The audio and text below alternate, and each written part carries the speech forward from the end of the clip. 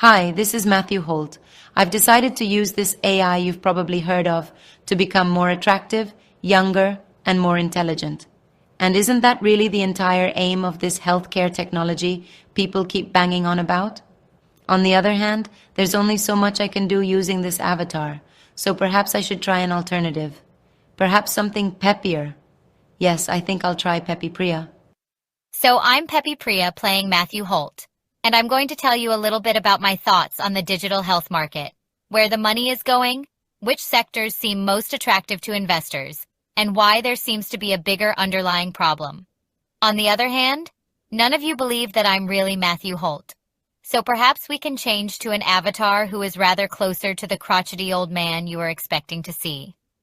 Okay, so I'm the real Matthew Holt, at least the real AI version of myself. If I had the time, energy, and money, I could do what Reid Hoffman has done. He's the founder of LinkedIn, a billionaire, and he's basically created a twin avatar of himself attached to an LLM that spits out essentially very similar thoughts to him. I, of course, am far too poor and cheap to do that, so this avatar of me is just saying the words I type. But of course, anyone can link it to an LLM fed whatever it likes, and you can converse with it, just like you can now literally talk to OpenAI's ChatGPT-OH. There are several companies building similar tools in healthcare, and I'll talk a little about them and where they might be used a little later.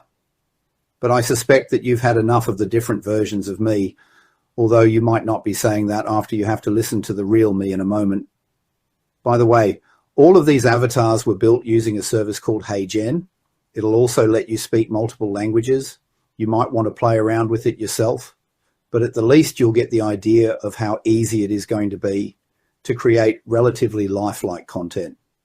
And in a business like health and medical care, when delivering content and information is a huge part of what happens, there are certainly enormous possibilities where this type of technology could be transformational.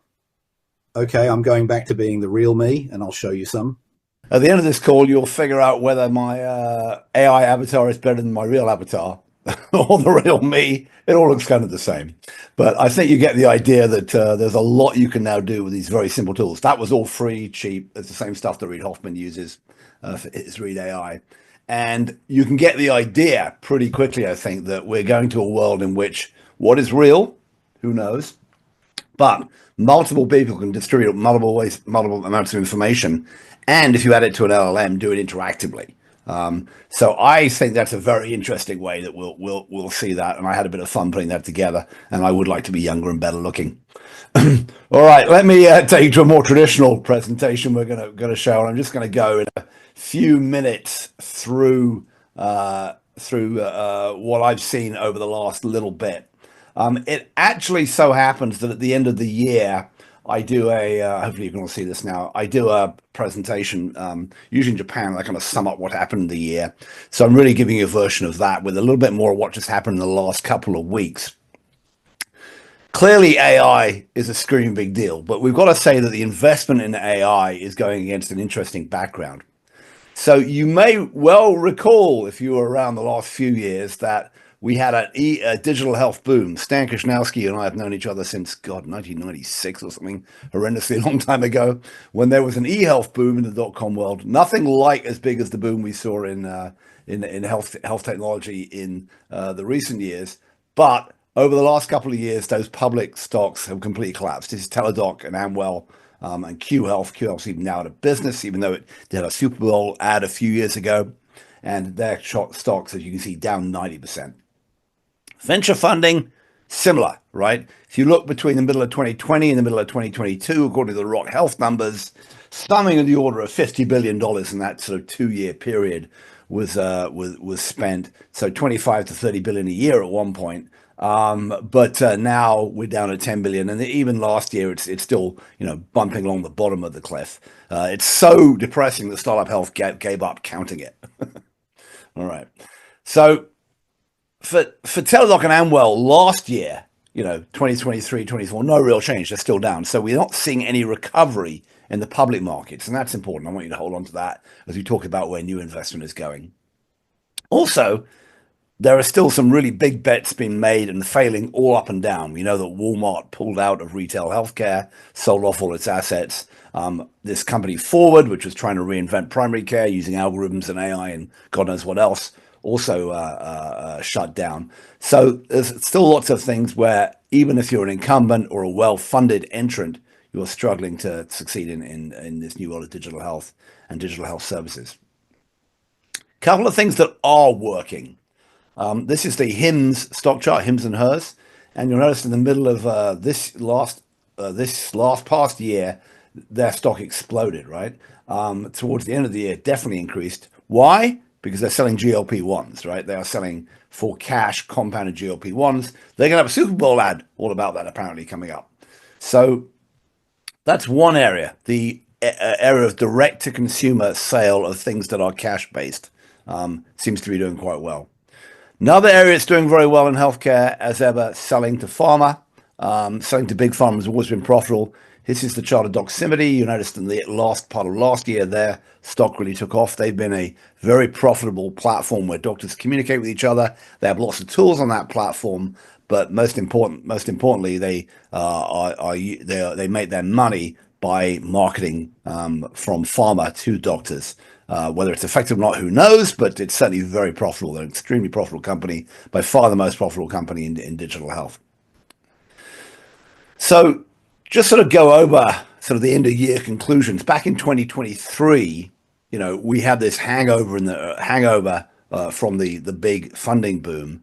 It was even worse in the private markets. The private markets almost completely dried up. I used to run a chat show with Jess DeMassa, and we used to talk about new funding deals. And there was like, $100 to $300 million plus deals a week in that period. And then they just stopped completely. And in fact, a lot of very well-funded companies like Olive and some others evaporated. And a lot of the other companies were crammed together in M&A by their investors. Over the last year, it's got a little bit stranger. So it's not easy to raise money, accepting AI. So we'll talk about that in a second. But there are still plenty of companies who are shutting down or getting crammed together for massive losses. There are however, a few deals for late stage companies coming through, and there are a couple of IPOs on the deck. And funnily enough, there are some quite high valuations in the private market with certain kinds of companies, which I want you to bear in mind when we go into the last part of this. So here are the IPOs. If you squint very hard, you can call Waystar, which is a revenue cycle management company, and Tempus, which is a sort of advanced AI diagnostics company. If you squint hard, you can call them digital health tech, and they've seemed to have done quite well, even though they're both losing money in terms of their market caps.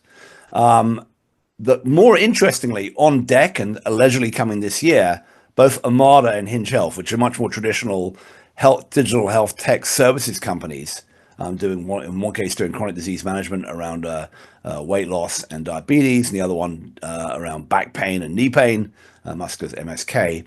They are going to come to the market, and we're going to see how that works. I'm fascinated to read their S1s. Both those companies have been around a long while. Both of them got very, very large employer bases. And they are kind of the archetypal. We'll see if there is going to be a second wave of successful digital health companies coming to the public market. And they'll really be a harbinger. If they work well when they come out this year, as it's been highly rumored, then I think there is sort of hope for the market as a whole. If they don't work well, that's going to be interesting. Now, of course, while this has been going on, we have this massive boom in AI, and it's a real boom. All the money is actually basically going to one company. You've all heard of it, NVIDIA. But just look at this, right? Literally gone from doing $8 billion a quarter to doing $30 billion a quarter in revenue. I mean, in a year and change. I mean, that kind of growth is just absolutely astounding. You very, very rarely see that, which is why it's the dominant stock trend in the market, and why when it goes up and down like it did last week, people get very excited. This actually makes this the most expensive leather jacket in history, I believe. There's the CEO, Jensen Huang. But the hype in AI about AI in healthcare is also huge. I pulled this off one of those research reports offline. And look at this. It claims there's going to be a CAGR of 50% a year for 6 years. Every time you see a market like that, even if this is pure hype, it's pretty interesting that you're seeing that much attention being paid to it. So think of a couple of different places this lives. So this is one place it's moving is into the hospital. This is the firm Care AI, which recently got bought by Stryker. This is me testing out their AI. Says that my position in bed is unsafe, by the way. This kind of thing in the hospital and nursing homes, you're going to see much more of, is using AI to try to figure out how patients are doing in all types of different ways. AI to supplement and replace nursing. This is, again, stuff NVIDIA is powering with a company called Hippocratical AI. That's the idea here, is that these nurses can basically have a conversation, kind of like those avatars I showed you earlier, attached to an LLM, and that can take a long time. And there's been some very encouraging discussions about this from folks like Intermountain and others. So we'll see how that grows. But again, it's much, much cheaper, obviously, than having a real human do it. And then I said a while back in 2023 that ambient dictation was going to take off. Here's some of the companies involved, and this past year, it's clearly true. Here's Kaiser rolling it out, and Commure, which bought Augmetics, has now rolling out with HCA. So this is really starting to take off. So just to sort of conclude, there are three main areas, I think, where we're seeing investment in healthcare, and they all obviously intermingle. One is pure AI. One is SaaS, typical technology being delivered to incumbents. And the third one is services. So a ton of companies are doing pure AI. I'm going to include so Slingshot is a company which is trying to start figuring out how do you do therapy sessions with AI. Hello Patient is kind of like Hippocratic, doing conversations with patients. Infinitus is doing back and forth conversations between doctors' offices and health plans around prior authorization, all done by bot on the phone. And Elios is a specialist, like Cambridge and Nablus, specialist ambient scribing company just for the mental health area. And Qualified Health is a brand new company which is basically trying to deliver agents and guardrail-based AI, they call it, for hospital systems. So that's one area, a lot of activity in there. Second area is these companies like Commure, Innovasa, Cuventus, all using AI, but basically to help improve internal hospital operations. And the third area is people delivering services. And I think the interesting thing here is some of these companies pick Hone or Alera or Nema. Hone is in male, is sort of care for men, again, on online telehealth. Alara is for women with PCOS, and Nema is primarily for women with PTSD from sexual assault survivors. These kinds of companies are trying to agglomerate demand across the whole nation for very specific things that they're going to do very well, using a sort of telehealth service as a basis. Plenty of other companies doing similar things. Worth noting that these are the fundings just in the last month, since the start of this year, for all these companies. So there's a fair amount of interest in these areas, but obviously the SaaS area and the AI area are getting more money than the others. So what's the problem I mentioned? I'll just end with this. Here's the market cap of all those big companies, right? So you can see Doximity at the very top here, which has got 10 billion in market cap. So it's a real success story. HIMSS is around 7 billion. These are numbers I pulled yesterday. There just aren't very many companies, though, with very large market caps above $1 billion. We've only got, 11 there. And if you're seeing some of the investments, which are going 200 million in, 300 million in, at a rate, at a valuation which may be in the, over $1 billion, or in some cases like Headway, over $2 billion. How these companies can go to the public market and perform when most of the companies have gone public down the list here, have got very low market caps, been losing money, is going to be a real struggle. So that's the thing that I think you're really going to have to watch out for.